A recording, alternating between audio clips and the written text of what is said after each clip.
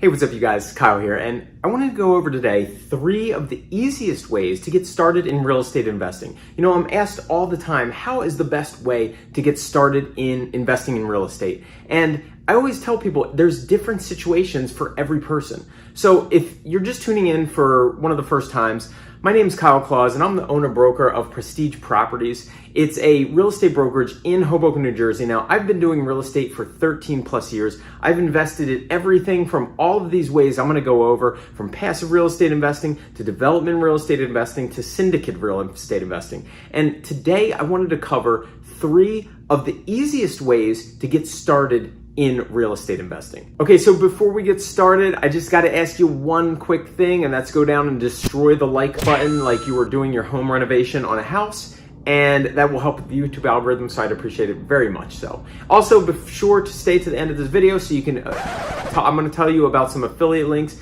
that I have below where you can get some free stocks, some free crypto, and some other good financial advice. So let's get right into it and talk about the first and foremost best way to get started, in my opinion, in real estate investing if you're in this kind of situation. Okay, so the first and most common, easiest way to get started in real estate investing is to buy a primary multifamily property. And again, if you're getting started, so if you're living in mom and dad's basement, if you are renting your first property, if you are in college thinking about buying a property when you get out, this is the easiest and probably most common way to get started into real estate investing. And quite simply, let's go over a scenario where you can see real life scenarios and situations. So I'm gonna use the example of a $400,000 multifamily house. Find it for sale for $400,000. Now I use $400,000 because that's expensive in some areas. It's cheap if you're in New York City, cheap if you're in Los Angeles, but let's use that as a medium point. So if you're going to buy a multifamily property and live in one of the units and rent out the other 2, for example. Now you can apply the same situation if you're gonna find a duplex, if you don't want 2 tenants on top of you or below you, and you just want one more tenant to supplement the income, you can buy a 2-family. But let's just use for as an example, for a guidepost, a $400,000 3-family unit. Now, with FHA loan, which you can get if it's your first, you have one FHA loan out, you can use up to, as low as 3.5% down payment on that house. So in example of a $400,000 house, that's roughly about $12,000 that you would have to put down. Now there's other closing costs and other little minimal costs involved as well. So let's say an average of about $15,000 to $20,000 if you can make up that price or that down payment to be able to buy a 3-unit place for up to $400,000. Not that expensive. Now, for example, if you found a place like that had a rent roll where 2 units out of the 3 you could rent out for say $1,600 each, well, that puts you at about $3,200 for the monthly payment, and that would be covering your monthly payment of what that 3.5% down on a loan of buying a $400,000 property. It's roughly about $2,800 to $3,000 a month. If you do, you can find a mortgage calculator and just do the calculations on that, and you're gonna be around $2,800 to $3,000 a month. So if you have 2 units paying $1,600 each, you're gonna be basically living for free. Now here's one thing that I'm going to tell you that's even going above and beyond this if you're really motivated and inspired to minimize your costs. If you are able to get a real estate license or know somebody that has one, friends, family member, and are able to purchase this property, a commission on a $400,000 place will roughly be about 2.5%, which is about $10,000. So you could drastically cut that in half, that down payment.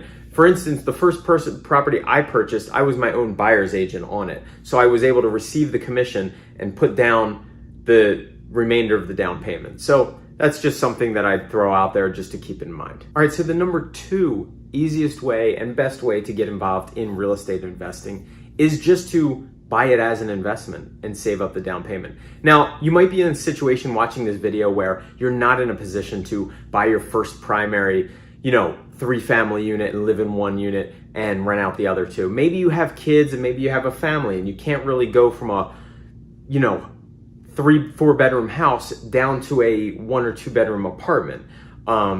Or you don't want to live on top of anybody else or below anybody else. So you might be in that situation as well. Now, the one thing with this is that you have to come up with basically a 25 to 30% down payment. So on a case of like a $400,000 place like we were talking about before, that's going to be a pretty big chunk of change. It's going to be about $100,000 plus that you're going to have to put down on that property. Now, your mortgage will be drastically lower. However, you will be paying a little bit of a higher rate.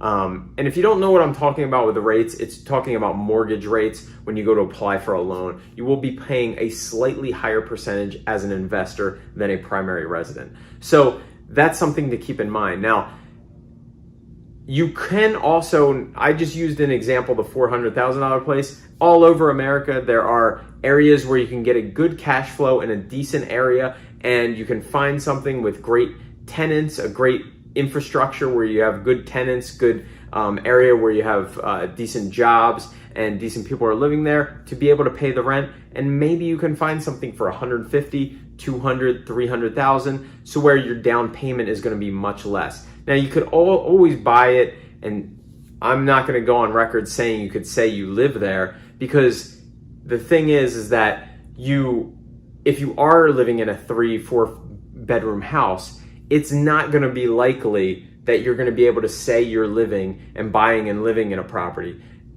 On paper, it's just not going to make sense. You're going from a house down to an apartment. So you shouldn't be saying that. You should not be, saying that you're going from a house and then living in this primary just to be able to put down a primary resident.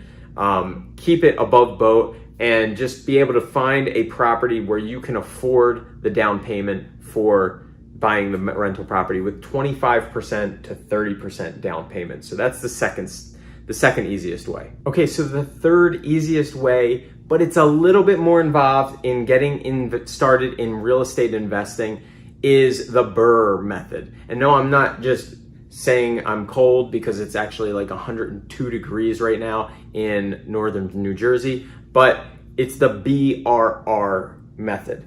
BRRR method, the BRRRR method. And that is essentially buy, rehab or renovate, rent, refinance, repeat. So that's what it stands for, and what that means is this, and it's a little bit more involved than the others that I was just talking about buying an investment property. Well, in this situation, you're actually buying a property that needs a little bit of work, and it's the best hybrid between long-term real estate investing and home flipping that you can find. So what you're essentially doing is buying a property in need of rehab, renovating this, renting it out so that tenants are paying top dollar and the property is worth more, and then going to a bank and being able to get the appraised value and refinance, and then repeat the process. So what you're essentially doing is, let's use an example of, you find a place that is $200,000, let's say. Let's even use a lower example, where if you go to a place where you can find a property that is $100,000 in need of rehab, and you renovate this, whether it's a 1, 2 family, 3 family, and you renovate that, you have to put down the cost for the down payment. Now, in some aspects, you can actually find a private lender who will pay for this and pay for the construction costs at a higher interest rate to have to pay them, so you can actually put down less money of your own up front. But being able to buy a property, say $100,000, and now say you put in, that properties that are, if it was done up the right way, it's in an area that would be worth, say, $225 if you sold it. So now you calculate this, you realize that you could put 50 grand into this place and be able to sell it for $225. But instead of just home flipping it, you renovate it, you rent it out to a tenant paying top dollar. And now banks are a lot of the times going to make you wait 6 months to a year. Just keep that in mind. But essentially, you're selling it back to yourself, getting a longer term loan of maybe 30 years, getting equity out, and in some cases not even having any of your own money in the game, but increasing to your net worth. And a lot of times banks are going to always need about 30 to 25 to 30%. They're not going to give you the whole loan of the whole entire house, but they'll give you 70% of it. And then a lot of times you won't even have any of your skin in that game, but you'll be able to keep it, add to your net worth, and then go repeat the process and drastically build up your net worth by repeating this process and doing it again. So that's the BRRRR method. It's a little bit more involved, but as long as, sure, there's risks of not getting refinance, there's risks of not being able to rent it out, right? But if you do as much homework as you can, knowing that you can get this kind of rental income, that you know that you just have to fill out, do X, Y, and Z, and this is what your costs are gonna be, and that you know similar comps are going for this price, and you talk to the bank and you should be able to get that loan. Now, you can always just come outright and sell the property, and if you think you can get it, then worst case scenario really is that, okay, maybe the market takes a turn and you don't sell it for that 225, but it comes down slightly and you sell it for 200. Well, you still made out on the deal, and a lot of times you'll at least make your money back and then some. So